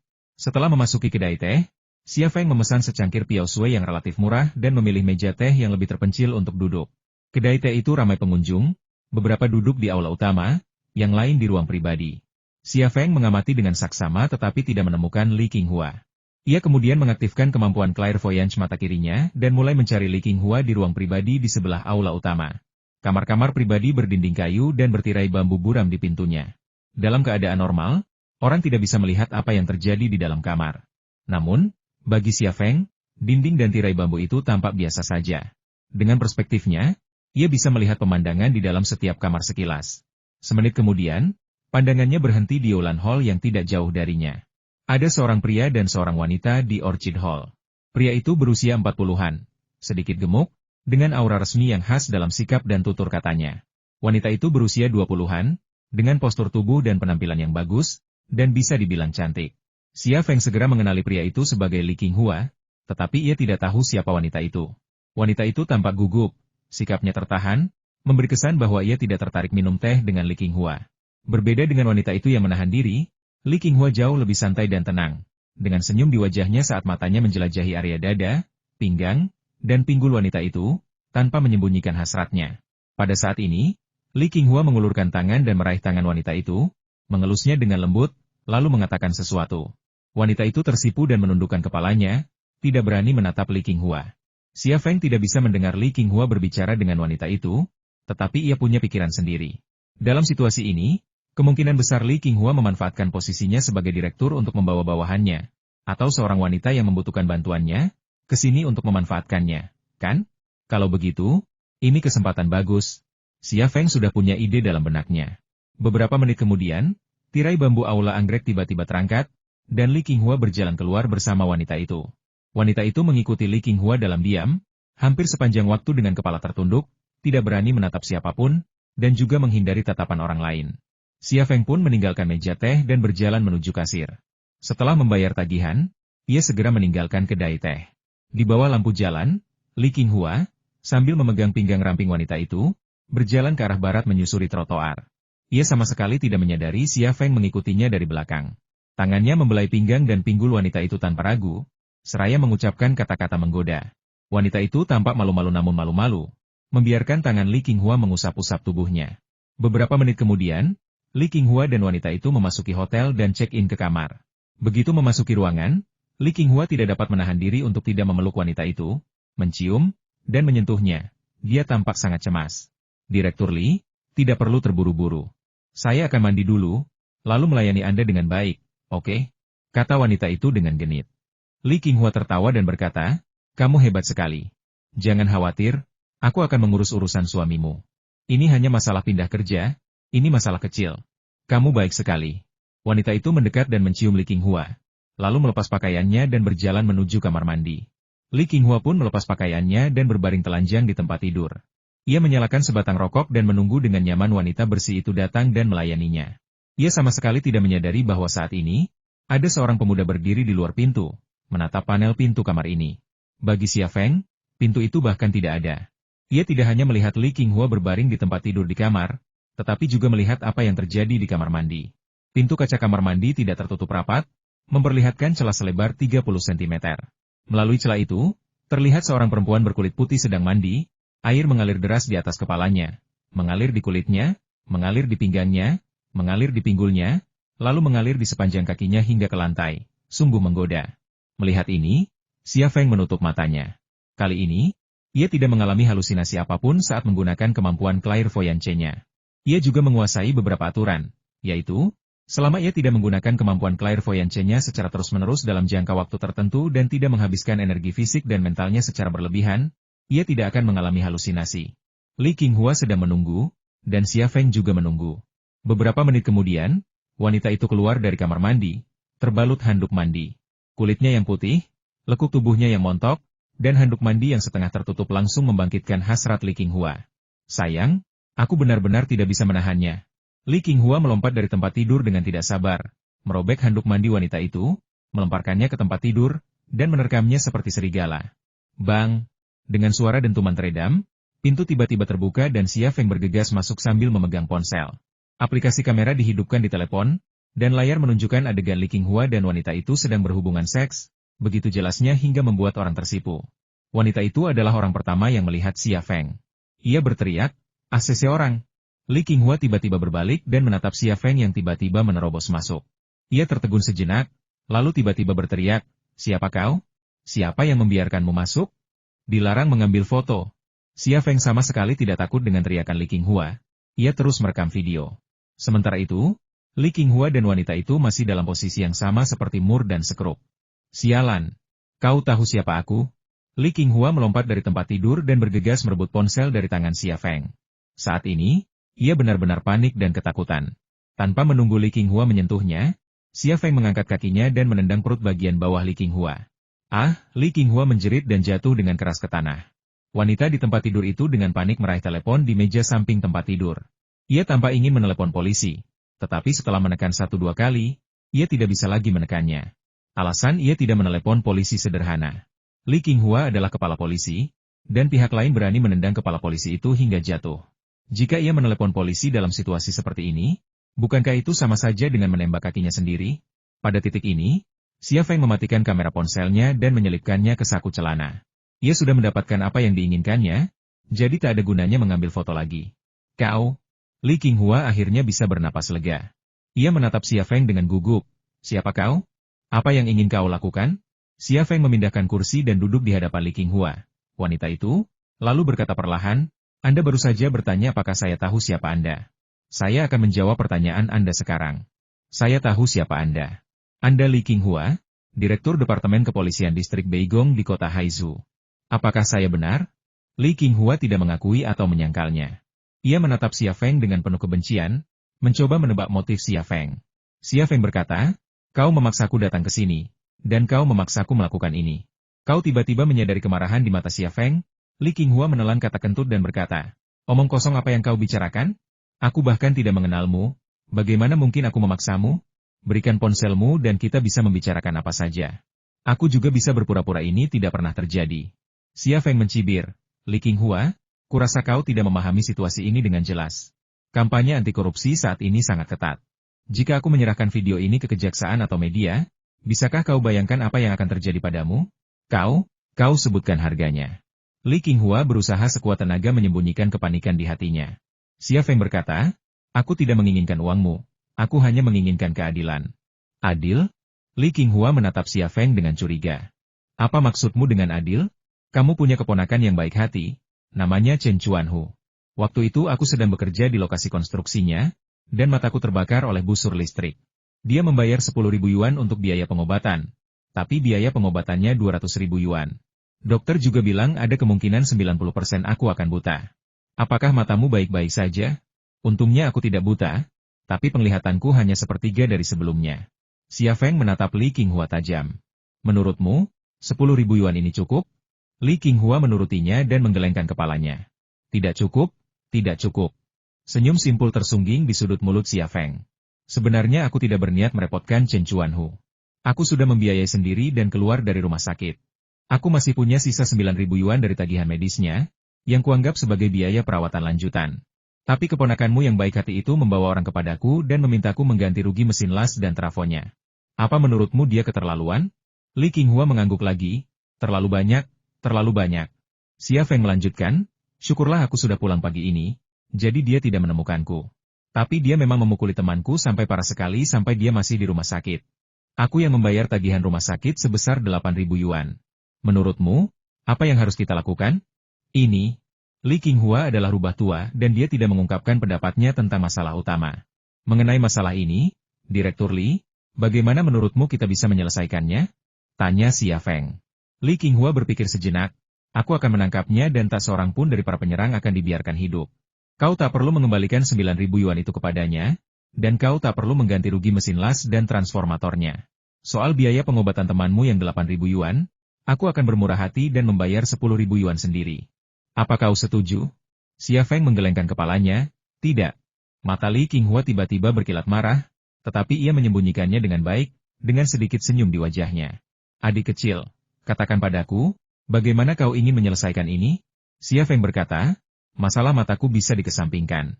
Aku tidak akan mencarinya, dan dia seharusnya tidak mencariku.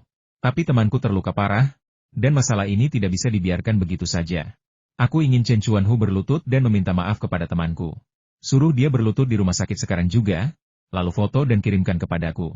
Juga, suruh keponakanmu yang baik hati menyiapkan 50.000 yuan untuk biaya nutrisi, kerusakan mental, kehilangan gaji, dan biaya pengobatan temanku, dengan total 50.000 yuan.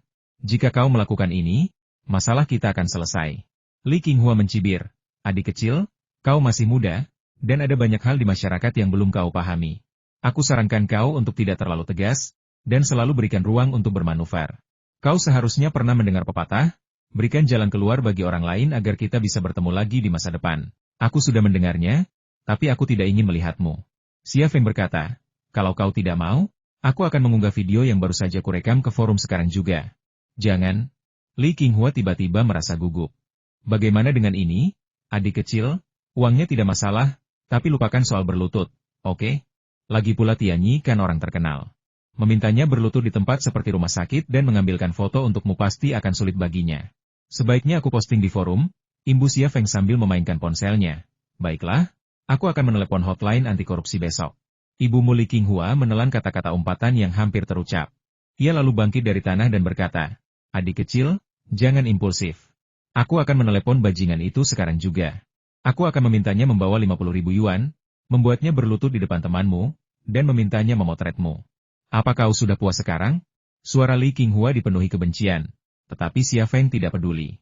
Ia tahu bahwa bahkan jika ia tidak membuat Chen Chuanhu berlutut di hadapan Emma Xiaoan, atau bahkan menolak tagihan medis 50.000 yuan, Li Qinghua tidak akan membiarkannya pergi.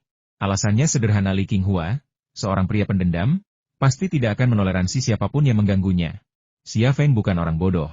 Tepat ketika Li Qinghua meraih ponselnya untuk menghubungi Chen Chuanhu, ia segera mengganti layar dan mengunggah video yang telah direkamnya ke Baidu Cloud Drive-nya. Dengan cadangan di tangan, ia tidak takut akan balasan Li Qinghua. Li Qinghua menelepon Chen Chuanhu. Xia Feng berkata, nyalakan mode bebas genggam. Li Qinghua berbalik dan melirik Xia Feng. Matanya menunjukkan kemarahan, tetapi dia tetap melakukan apa yang diperintahkan. Suara Chen Chuanhu terdengar dari telepon. Siapa itu? Cepat bicara kalau ada yang ingin kau katakan. Aku pamanmu. Bajingan. Li Qinghua sangat marah dan mulai mengumpat. Ah! Paman, itu paman. Aku sedang menyetir dan tidak memeriksa ID penelepon. Paman, ada apa? Nada bicara Chen Chuanhu tiba-tiba berubah 180 derajat. Izinkan saya bertanya. Apakah ada pekerja di lokasi konstruksi Anda yang terluka matanya akibat busur listrik? Ya, paman. Kenapa paman menanyakan hal sepele seperti itu? Tanya Chen Chuanhu. Orang itu namanya Xia Feng. Dia cuma idiot. Apa dia datang ke paman dan menceritakan tentang aku? Kalau itu keluhan, tidak apa-apa. Aku menuntutmu. Li Qinghua melampiaskan amarahnya kepada Chen Chuanhu. Coba kutanyakan lagi, apakah kau melukai teman orang itu? Orang itu masih di rumah sakit. Paman, aku bilang, ada apa denganmu hari ini? Kamu tidak pernah peduli dengan hal-hal kecil seperti ini sebelumnya. Bajingan. Aku tanya kamu punya atau tidak? Ya. Chen Chuanhu tampaknya merasakan kemarahan Li Qinghua dan menyadari ada sesuatu yang salah. Ku beri kau 20 menit sekarang. Ambil 50.000 dolar, pergi ke rumah sakit itu, dan berlututlah untuk meminta maaf. Paman, ini. Chen Chuanhu jelas tidak mau. Kalau kau masih mau main-main, lakukan saja apa kataku. Nada bicara Li Qinghua mengancam. Juga, foto dia yang sedang berlutut untuk meminta maaf dan kirimkan padaku. Aku ingin melihatnya. Hening sejenak di ujung telepon selama hampir 10 detik sebelum suara Chen Chuanhu terdengar. Paman, apakah saya menyinggung putra seorang tokoh penting? Apakah orang itu sengaja datang bekerja di lokasi konstruksi saya untuk mencari pengalaman hidup? Rasakan. Cepat. 20 menit. Teriak Li Qinghua di telepon. Aku akan segera pergi. Aku akan segera pergi. Chen Chuanhu menutup telepon. Li Qinghua berbalik dan menatap Xia Feng, lalu mengulurkan tangannya. Sudah puas? Berikan ponselmu. Xia Feng tersenyum dan berkata, Direktur Li, aku tidak percaya padamu. Kita tunggu saja sampai keponakanmu yang baik itu melakukan apa yang seharusnya dia lakukan. Kau harus berpikir jernih tentang apa yang kau lakukan. Li Qinghua jelas belum pernah diperlakukan seperti ini sebelumnya. Dan Xia Feng adalah orang pertama yang berani mencabut kumis harimaunya. Xia Feng mengangkat bahu dengan tenang, kurasa sebaiknya kau pakai bajumu dulu. Aku tidak terbiasa melihatmu telanjang. Li Qinghua menatap Xia Feng dengan dingin. Tatapan matanya sangat dingin, bagaikan mata ular yang sedang dalam kondisi ganas. Wanita itu bersembunyi di selimut dengan ekspresi rumit di wajahnya. 20 menit kemudian, ponsel Chen Chuanhu berdering dan ia menjawabnya. Kali ini, tanpa menunggu pengingat Xia Feng, Chen Chuanhu langsung mengaktifkan mode bebas genggam. Paman, aku sudah di rumah sakit. Aku sudah memberikan 50.000 yuan kepada teman orang itu. Tapi, Chen Chuanhu bertanya ragu-ragu. Paman, apa paman benar-benar ingin aku berlutut dan meminta maaf? Kau pikir aku bercanda? Teriak Li Qinghua di telepon, lakukan apa yang kukatakan. Baiklah, aku. Sialan, aku berlutut. Chen Chuanhu berlutut dengan enggan. Lalu terdengar suara permintaan maafnya kepada Emma Xiaoan dari telepon. Saudaraku, aku, Chen Chuanhu, buta dan bodoh. Mohon maaf atas segala kesalahanku. Ini 50.000 yuan untuk biaya pengobatan. Terimalah. Suara Emma Xiaoan terdengar samar-samar dari telepon. Hei, kamu. Meskipun mereka tidak berada di bangsa rumah sakit, Xia Feng bisa menebak reaksi Emma Xiaoan. Emma Xiaoan pasti sangat terkejut hingga tak percaya dengan apa yang terjadi di hadapannya. Semenit kemudian, Li Qinghua menerima MMS di ponselnya. Ini yang kau inginkan. Coba lihat. Apa kau puas? Li Qinghua menyerahkan ponsel itu kepada Xia Feng. Di layar ponsel, Chen Chuanhu sedang berlutut di samping ranjang rumah sakit, sementara Emma Xiaoan berbaring di sana. Ada 5 bundel koin di samping bantalnya, yang jumlahnya tepat 50.000. Ekspresi Emma Xiaoan sangat aneh, terkejut sekaligus senang, tetapi ia menahannya dan tak berani menunjukkannya. Ekspresi Chen Chuanhu juga sangat menarik, ia sangat enggan dan sangat marah, tetapi ia harus berlutut. Xia Feng tersenyum dan berkata, "Baiklah, kita akhiri saja. Berikan ponselmu padaku," kata Li Qinghua dingin. Oke. Xia Feng mengangkat bahu dan menyerahkan telepon kepada Li Qinghua. Li Qinghua menghapus video yang baru saja direkam Xia Feng. Masih belum puas, ia melempar ponselnya ke tanah dan menginjaknya berulang kali. Ponsel Xia Feng hancur berkeping-keping, dan tidak ada cara untuk memulihkan data di kartu memori. Xia Feng berjalan mendekat. Li Qinghua tanpa sadar mundur selangkah. Apa yang ingin kamu lakukan? Xia Feng membungkuk dan mengambil kartu SIM-nya, lalu tersenyum. Jangan gugup, aku hanya akan mengambil kembali kartuku. Lupakan soal kau merusak ponselku. Selamat tinggal, Direktur Li. Wah, kalau kau punya nyali, kita lihat saja nanti, kata Li Qinghua sinis. Xia Feng berbalik saat sampai di pintu, seringai tersungging di wajahnya. Direktur Li, kalau kau berniat balas dendam padaku, kusarankan kau untuk menyerah saja. Aku bisa menghukummu sekali, dan aku bisa menghukummu untuk kedua kalinya. Kau mungkin lolos pertama kali, tapi yang kedua tidak akan semudah itu aku akan membunuhmu. Li Qinghua menatap Xia Feng tanpa ekspresi hingga Xia Feng membuka pintu dan pergi, menghilang dari pandangannya. Baru setelah itu ia mengucapkan sepatah kata.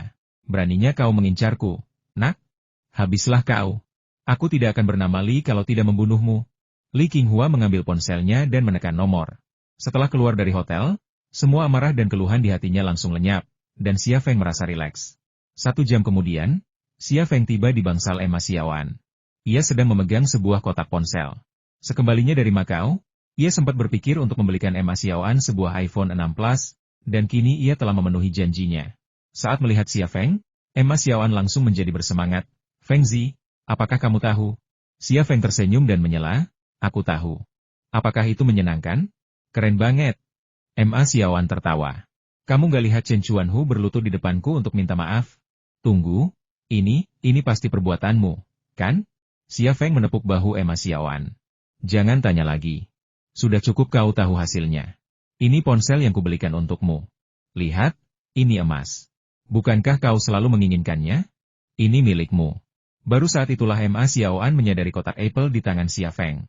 Ia tertegun sejenak, lalu menggelengkan kepala dan berkata, kau gila? Uang sekolah adikmu belum lunas, kenapa kau malah membelikanku ponsel?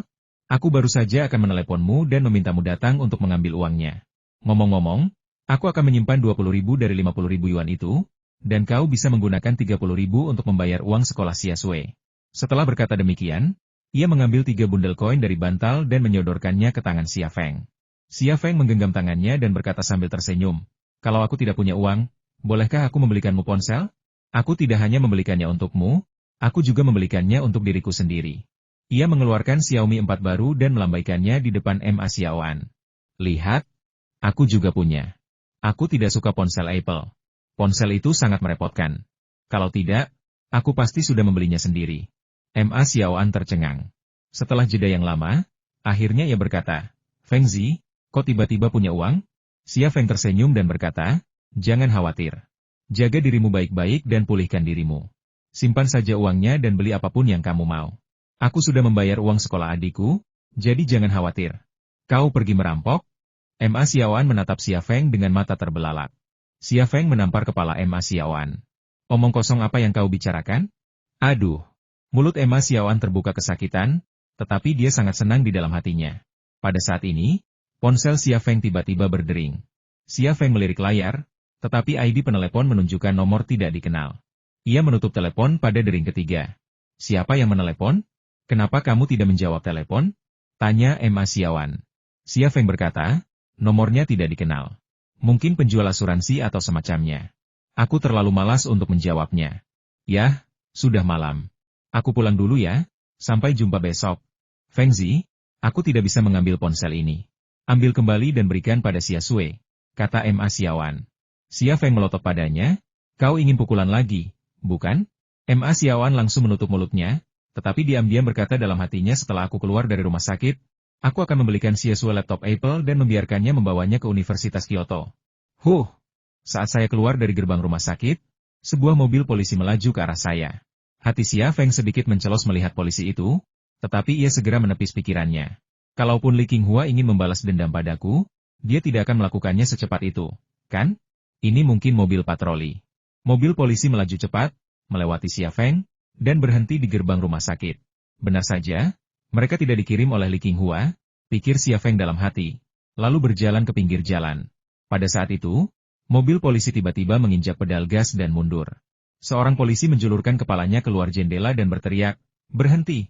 Xia Feng berhenti dan berpikir, "Oh tidak, itu dia." Petugas polisi itu, sambil melihat keluar jendela mobil, melirik potret tercetak di tangannya dan berkata dengan penuh semangat, "Xia Feng, itu orang yang ingin ditangkap Direktur Li." Mobil polisi berhenti mendadak di samping Xia Feng. Pintu terbuka, dan 4 polisi keluar. Begitu keluar, mereka mengepung Xia Feng. Pada saat ini, hati Xia Feng menjadi tenang. Ia berkata dengan tenang, "Apa yang ingin kau lakukan? Apakah Anda Xia Feng?" Tanya polisi terdepan. Xia Feng mengangguk. "Aku Xia Feng. Apa yang kau inginkan dariku? Apa maumu?" Polisi terkemuka itu menunjukkan surat perintah penangkapan dan mencibir. "Xia Feng, kau dicurigai melakukan pemerasan. Ini surat perintah penangkapannya. Ayo ikut kami." Xia Feng berkata, "Kau pasti salah. Siapa yang aku peras?"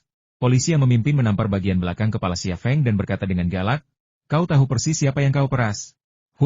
Berani sekali kau bahkan mengincar direktur kami. Bersihkan pantatmu dan bersiaplah untuk masuk penjara. Kau akan kesulitan di masa depan. Bawa dia pergi." Xia Feng tertawa marah, "Menangkapku?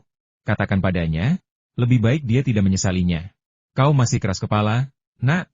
Borgol dia," kata polisi terdepan.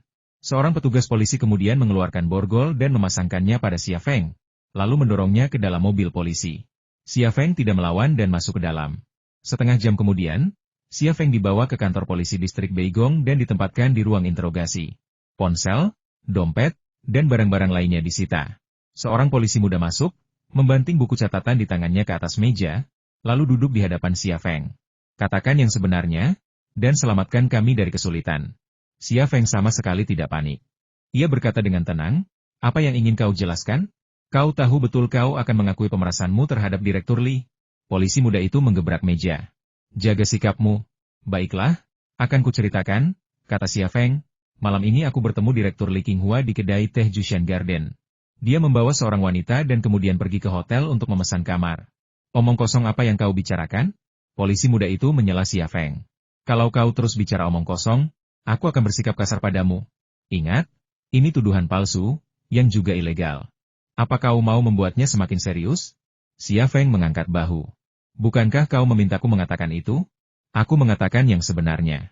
Saat itu, polisi muda itu menoleh keluar jendela, lalu menunjuk kamera di sudut ruangan. Ia tidak berkata apa-apa, tetapi niatnya jelas ia ingin orang-orang di luar mematikan kamera. Benar saja, lampu indikator kamera menyala, tetapi mati setelah dia membuat gerakan. Polisi muda ini jelas-jelas orangnya Li Qinghua. Xia Feng mengalihkan pandangannya ke dada Li Qinghua. Ia melihat lencana kerja polisi muda itu dan namanya tertera di sana Hubin.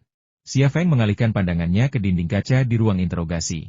Dinding kaca ini transparan satu arah, memungkinkan orang luar melihat ke dalam, tetapi orang dalam tidak bisa. Namun, ini sama sekali bukan halangan baginya. Dengan mata kirinya, ia bisa melihat Li Qinghua dan Chen Chuanhu berdiri di sampingnya. Li Qinghua dan Chen Chuanhu berbincang pelan, sementara Chen Chuanhu terus menganggukkan kepala, seolah mematuhi perintah. Tidak sulit untuk melihat bahwa Li Qinghua sedang menjelaskan kepada Chen Chuanhu bagaimana ia menjebaknya dan Ma Xiaoan.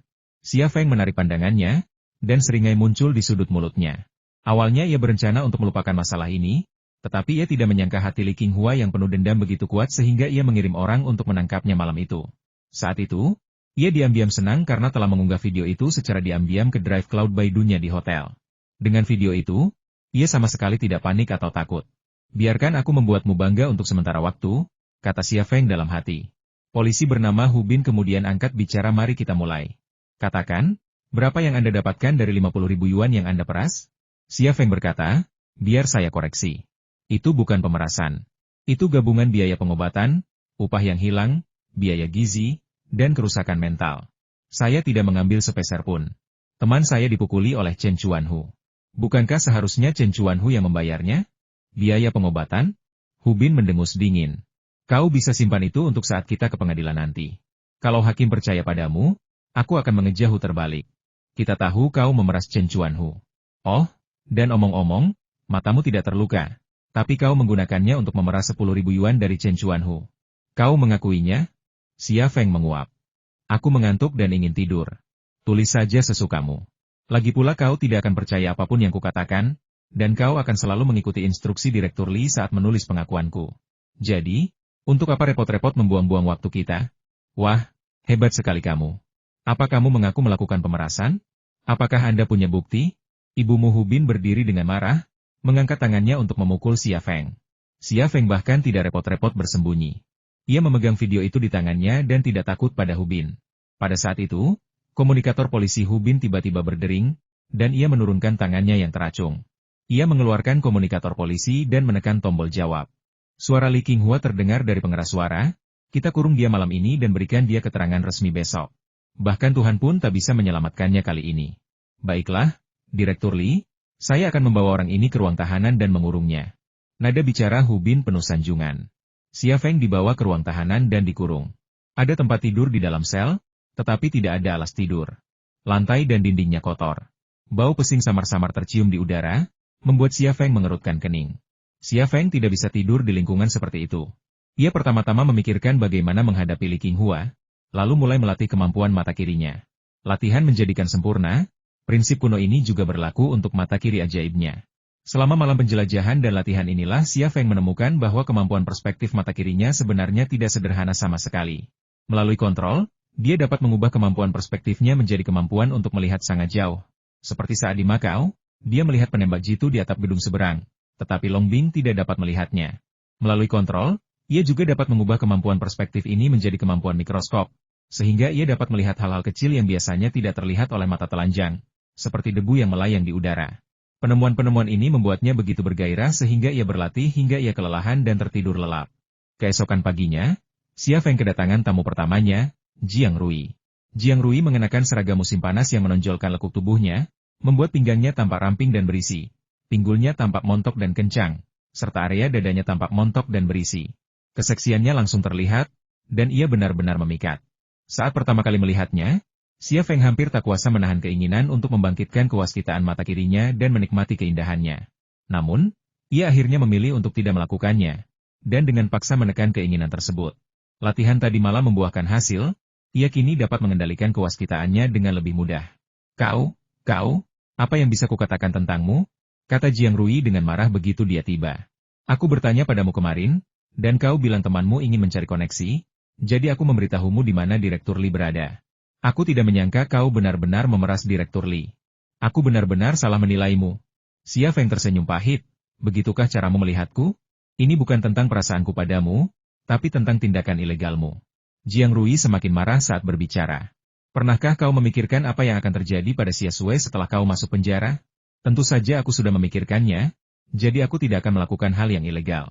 Xia Feng berkata, Rui, aku ingin bertanya padamu, apakah kau pernah melihatku melakukan hal buruk sejak aku masih kecil? Jiang Rui menggelengkan kepalanya. Dalam kesannya, Xia Feng bukanlah orang seperti itu. Xia Feng melanjutkan, coba pikirkan lagi. Apa aku bodoh? Jiang Rui berkata, apa maksudmu? Xia Feng berkata, maksudku, karena aku bukan orang jahat, dan tentu saja tidak bodoh, apa aku akan sebodoh itu memeras seorang kepala polisi? Kota Haizu penuh dengan jutawan dan miliarder.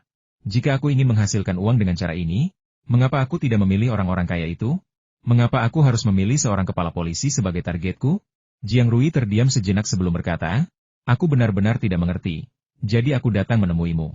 Ceritakan apa yang terjadi. Kalau kau tidak melakukan sesuatu yang ilegal, aku pasti akan membantumu. Xia Feng bercerita kepada Emma Xiaoan tentang bagaimana ia terluka di lokasi konstruksi dan bagaimana Chen Chuanhu memukulinya.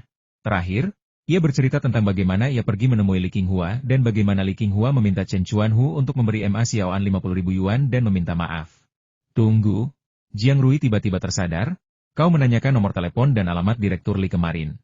Apa kau benar-benar ingin pergi dan berbicara dengannya? Xia Feng mengangguk. Kamu berdebat dengannya. Dan dia meminta Chen Chuanhu memberi temanmu 50.000 yuan? Xia Feng mengangguk lagi. Kau tidak mengancamnya? Jiang Rui tampak tidak yakin. Xia Feng berkata, saat aku menemukannya, dia sedang tidur dengan seorang wanita, dan aku kebetulan mengambil fotonya.